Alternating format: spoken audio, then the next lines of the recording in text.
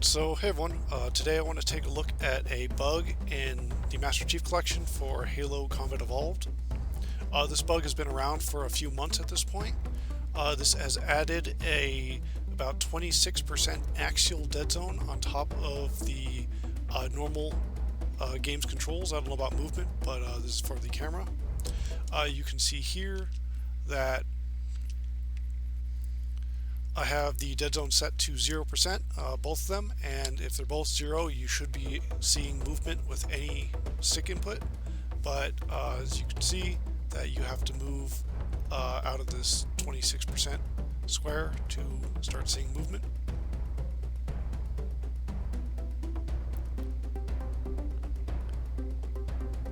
And this is just sitting on top of the game's usual controls. And you can kind of see this with, you can see the shaded regions here. This represents the acceleration threshold. And normally, this is modern aiming. The acceleration threshold should be perfectly circular at a 0% dead zone, or if you're just using a radial dead zone. But you can see that it's straight within this axial region. And that's because the dead zone's just negating any kind of vertical input. So it just looks perfectly straight to the game. But once you break out of this, you can see that it's perfectly circular. You can also see this with the acceleration curve. I've tried to test this using 0% dead zone, and you can see that once I move past this dead zone, it immediately jumps. It doesn't start at 0%, and then it builds up as expected, and that's because it's being the 0%, or the acceleration curve is being built around the 0% dead zone in the game, and this added dead zone is just cropping off all the acceleration range from right here. You can also look at the diagonals. You can see that once I move into the diagonal region, it's pretty abrupt. Normally you would expect to see very subtle angles begin as soon as you move over into this region, but it is very dramatic.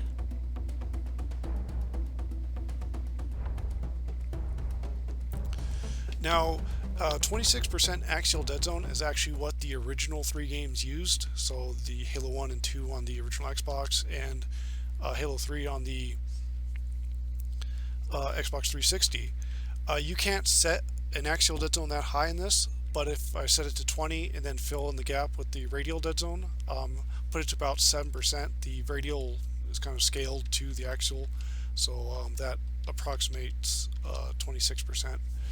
You can see with the acceleration now, once I pass over the dead zone, the acceleration starts much slower. I didn't test this at this point, but you can see it's a little slower than it was before. And if we look at the diagonal movement, the dead zones don't match. The in-game dead zone is at 20% axial, so it's cutting off until here. But you can see once I move past this bug dead zone, the diagonals are not as abrupt as when the axial dead zone was 0. You're still losing these angles about 5% around the axis, but this is quite a bit better than previously. Now, hopefully they fix this. They just remove whatever this inherent dead zone is, and players can just go back to using whatever dead zones they specifically set. But until then, it might be useful just to set the dead zones high, the axial to 20% and the radial to about 7% or so, to try to counter this, so you can access slower acceleration speeds and have more of your diagonal movement accessible while this is still here. This has been going on for months, so who knows when this will get fixed, but hopefully pretty soon. But that about covers it, so thanks for watching, and everyone, have a good rest of your day.